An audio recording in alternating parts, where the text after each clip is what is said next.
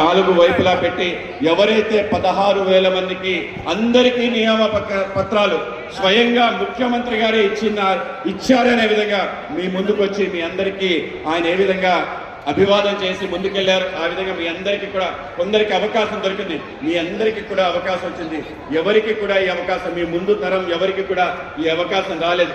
ఇవాళ ప్రభుత్వం ఏదైతే తన పని చేస్తుందో పని తప్పనిసరిగా ప్రజలకి తెలియజేయాలి.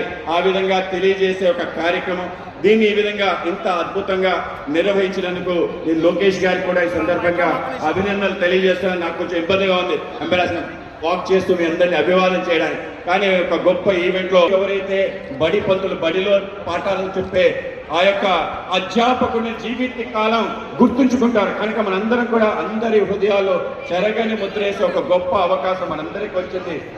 టీచింగ్ అనేది ఒక ప్రొఫెషన్ కాదని నా అభిప్రాయం, అదొక మిషన్, అదొక ప్యాషన్.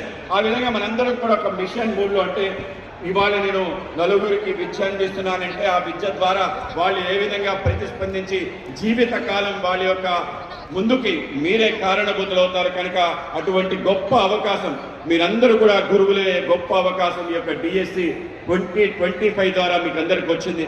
మన దాంట్లో మన సాంప్రదాయంలో గురు పరంపర అంటారు. సదాశివ సమారభ్యం వ్యాస శంకర మాధ్యమం అస్మదాచార్య పర్యంతం వందే గురు పరంపరం అని ఏదైతే గురు పరంపరంతో ఆ సదాశివుడి మొదలై అనేక మంది ఋషులు గురువు విద్యార్థి అనే విషయాన్ని మర్చిపోకూడదు. Certain things in life have only beginning, teaching is one. ఆ విధంగా టీచర్ అనేవాడు నిరంతర విద్యార్థిగా ఉండి మనం పిల్లలకి ఇచ్చుకుంటూ ముందుకెళ్లే ఒక గొప్ప అవకాశం మీ అందరికీ వచ్చింది. కనుక మనందరం కూడా ఆ విధంగా ఆనందపడుతూ ఆ విధంగా ముందుకెళ్తూ రాష్ట్ర కేంద్ర ప్రభుత్వాలు ఇవాళ అనేక రకాల అవకాశాలు మనకి కల్పిస్తున్నాయి.